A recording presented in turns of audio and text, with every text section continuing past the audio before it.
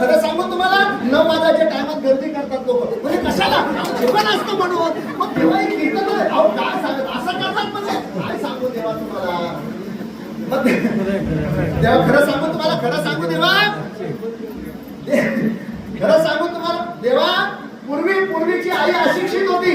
इथं बसलेल्या एकाने तरी सांगा माझी आई ग्रॅज्युएट होती म्हणून. आई तुमची होती, सुधीर भाऊ तुमची होती, मध्यराधा तुमची होती, महाराज तुमची होती नाही. पण आमची आई अशिक्षित होती पण मुलांना सुशिक्षित केलं महाराज. आणि आताची आई सुशिक्षित आहे पण कार्ती अशिक्षित झाली, त्याचं काम असं केलं म्हणजे काय सांगायचं देवा.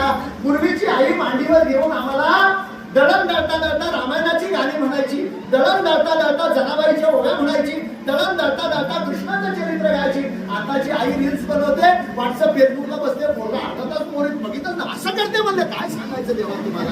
म्हणून देवा आता अजिबात नको. बरं वारकरी संप्रदायात कसं चाललंय काय देवा तुम्ही विचारू नका. खरं सांगतो देवा, विचारू काय अहो मरणाच्या पाठल्या पडल्यात पडले असं करतात वारकरी. अहो काय सांगायचं देवा, वरून दिसायला वारकरी काय त्यांच्या विषयाचं असं. अहो एका दिंडीच्या 4 दिंड्या गेल्या असं केलं म्हणले. अहो काय सांगायचं देवा, राजकारणी परवडले ते दिवसभर वेगळा प्रचार करतात, संध्याकाळी एकाच कोंबडीवर कुदतात.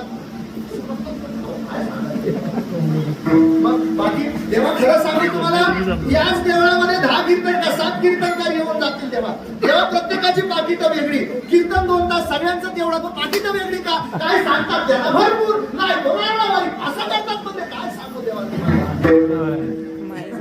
देवा खरं सांगू तुम्हाला, खरं सांगू देवा, खरं काम करणाऱ्यांच्यावर वाईट दिवस आहे आणि चुकीचं करणाऱ्यांच्यावर चांगले दिवस.